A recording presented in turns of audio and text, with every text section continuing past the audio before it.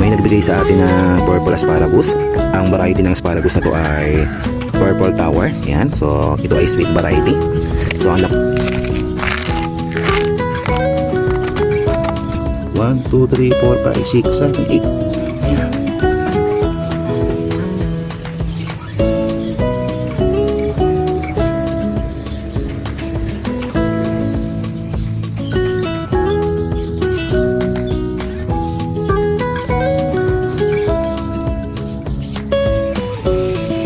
So, merong sobrang isa. Doon sa pack ay 8 lang nakalagay pero 10 yung seeds.